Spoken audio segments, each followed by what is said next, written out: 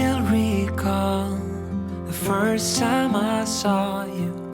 I was so nervous to talk. Happened so fast. Went from so lonely to falling asleep in your arms.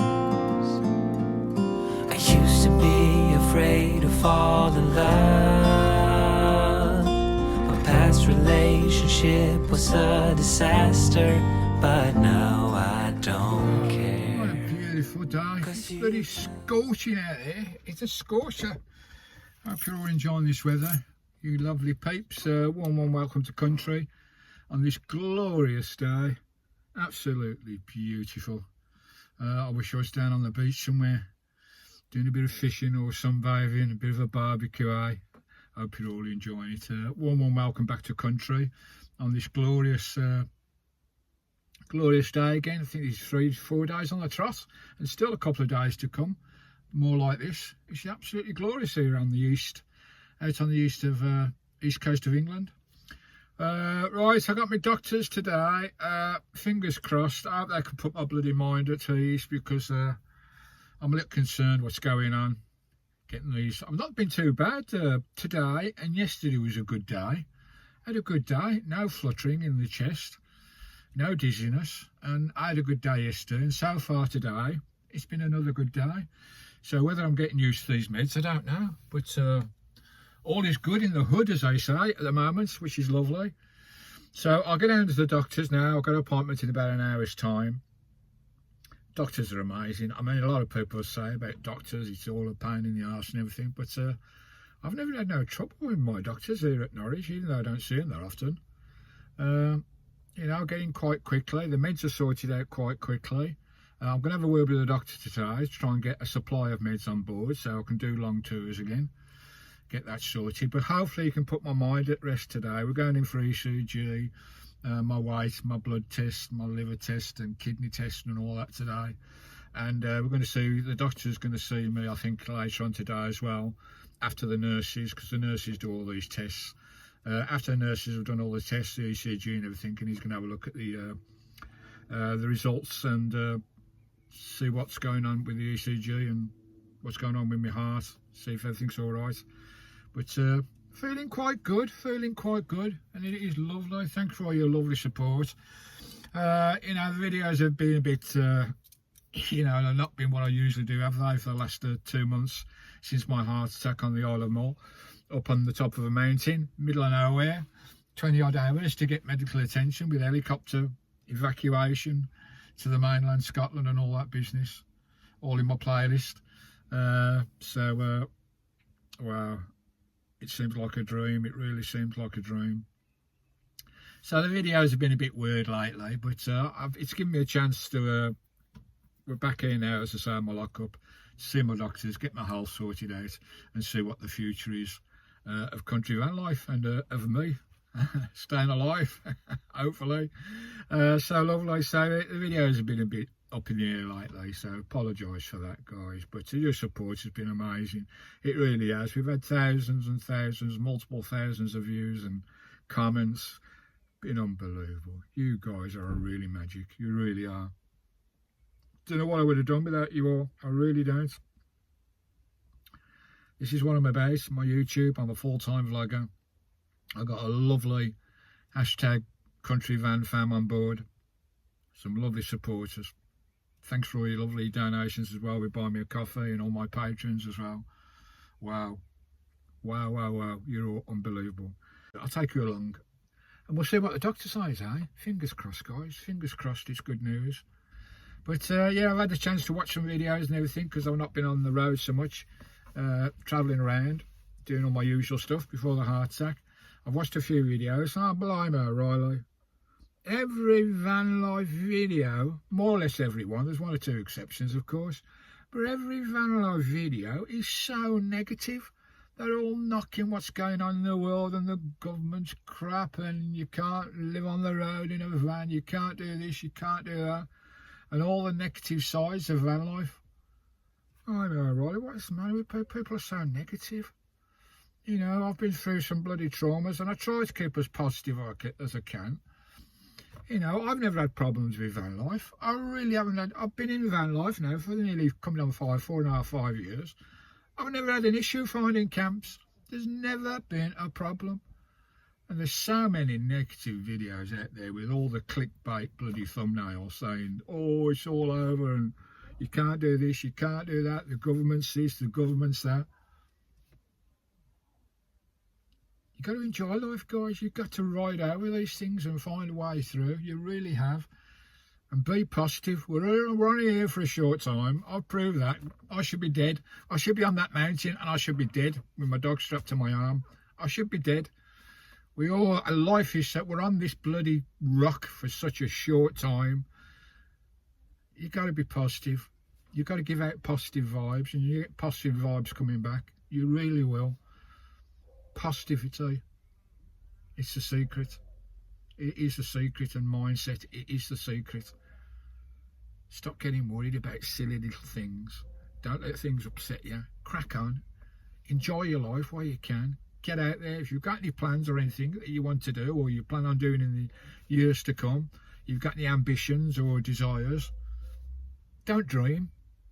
Like my Logan says on my van and on my channel, guys, I wake up from my dreams and I live them today. I'm living them today. You can live yours today.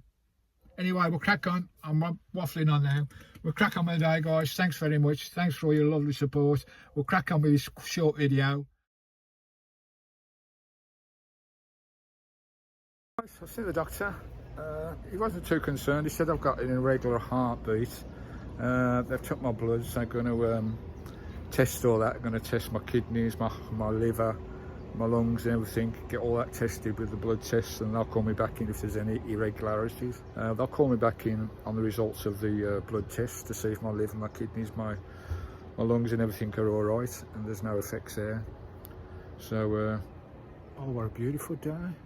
So I'm going to do a bit of shopping, and I'm going to get some extra meds. He said I can get up to 3 months supply of meds, which is good. So I'll go and see the pharmacy and get that sorted. So I'll have a backup of meds for when I go and do my longer tours. So we'll wait on the results of the blood tests, see what that comes up with. Hopefully there's nothing wrong with my heart or with my lungs or my liver, my kidneys. That's all going to be tested. And they're going to book me into the cardiology unit in the centre of the city as well. Crack on. Get the van sorted, get that tank out. I'll go back to it and have another go. Well, that's the doctor sorted. I've got some shopping. Alright, we'll crack on with the day. Out on my bike. Lovely.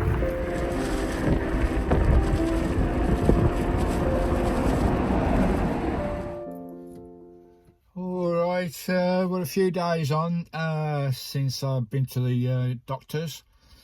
He didn't seem too concerned at the time. I think it was a temporary doctor that I saw this time, not my usual doctor. And we're a couple of days on now, trying to get this bleeding tank out. Blimey, I'm having some troubles on my own with my health the way it is as well. You know, I'm having to rest every bloody 15 minutes. I just can't do it. I just get exhausted after 10 bloody 15 minutes. That's not bloody right. I know people keep saying I need to rest and anything, but anyway, we're cracking on. And actually, the tank dropped onto my bloody chest while I was under the van as well. You'll see that in the next video with me taking the tank out. So watch the next video. It's taken me a long time. Usually to take a tank out and fix it and clean it and everything. It's about a day's work, I think. But I've been on it now 2 weeks. Nearly 2 bloody weeks, because I'm having to rest every bloody 15 minutes. Get totally exhausted. Anyway, cracking on. Lovely jubbly. It started to rain today. The weather's been gorgeous the last week and a half. Absolutely stunning. I think it's coming back as well. Anyway, we're a few days on later, and I had a phone call, and it was the doctor's. This was my normal doctor, the doctor I used to see anyway many years ago. Still there, she is. Anyway, she called me up and she said they've had the blood tests through and everything, and they're a bit concerned. Now, I've always said from day one since my heart attack that my low energy, my low fatigue, my fatigue was really bad. I was getting giddy, didn't feel right inside. I knew I didn't feel right inside. Everybody kept saying, plus the doctors, specialist kept saying you need to rest, Steve. You've got to rest. It's going to take a long time to get over this because you've had a major trauma with the heart attack, and being 20 hours before you got medical attention with a major heart attack on top of a mountain. So we got airlifted off by helicopter and all that, bloody over 100 miles away off that island that I was on. And they've all said all along, everybody, even my, my viewers, bless you all, you've all said, Steve, you need to rest more. You cannot do what you're doing. You've got to rest more. But I knew there was something going on. I knew it wasn't quite right. You know your own body, don't you? But anyway, the doctors found me and said they was a bit concerned. They'd had the blood test through, and I've got low, very, very low iron deficiency.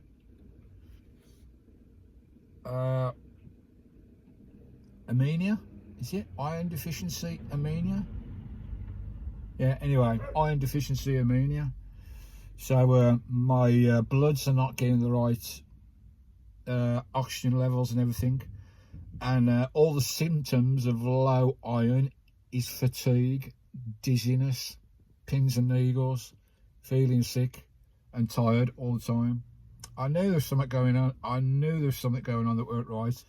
Anyway, the doctor said we need some samples, some toilet samples, get those into the surgery as soon as you can. So I'll get those samples off.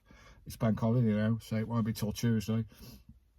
Get those samples sent off. We're going to make you an appointment at the cardiology unit in Norwich, in the main hospital, and see what's going on. It's a bit concerning, but she said we'll sort it. We'll find a way to sort it.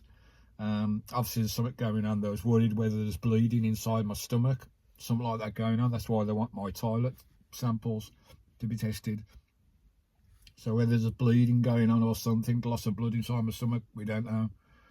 But anyway, so that's where I am at the moment. All a bit concerning again. Did feel quite positive for a minute there when I saw the doctors, because they were quite positive. But now that's all changed with the blood test. A lot of people do have low irons, and it can be dealt with, I believe. But with someone with heart disease like I've got, it can be dangerous. So it needs sorting, it really does, which is all concerning. Now, I was thinking about this. I thought, well, how has this come about? Having a heart attack, bringing on low iron deficiency, I don't know. But I was thinking about it. And my daughter's a nurse, and I found my daughter up. She's a nurse. My lovely daughter, Lisa. I found her up, and I gave my kind of suggestions what it could be. Now, I says to my daughter, when I had the heart attack on the Isle of Mull, and I was airlifted off 100 miles over to Glasgow, emergency airlift, and they had me in the hospital for a week, fitting my stents. I've had stents fitted and everything to help my heart. I was in there for over a week, and every day in the hospital they took blood tests, because they have to take multiple blood tests to double check everything in your body. Now, this is the thing. They didn't detect anything in my blood test. Everything was healthy in my blood test in the hospital. But now, 9, 10, 11 weeks later, all of a sudden, they took a blood test and I've got low iron. That suggests to me it's something to do with the medication.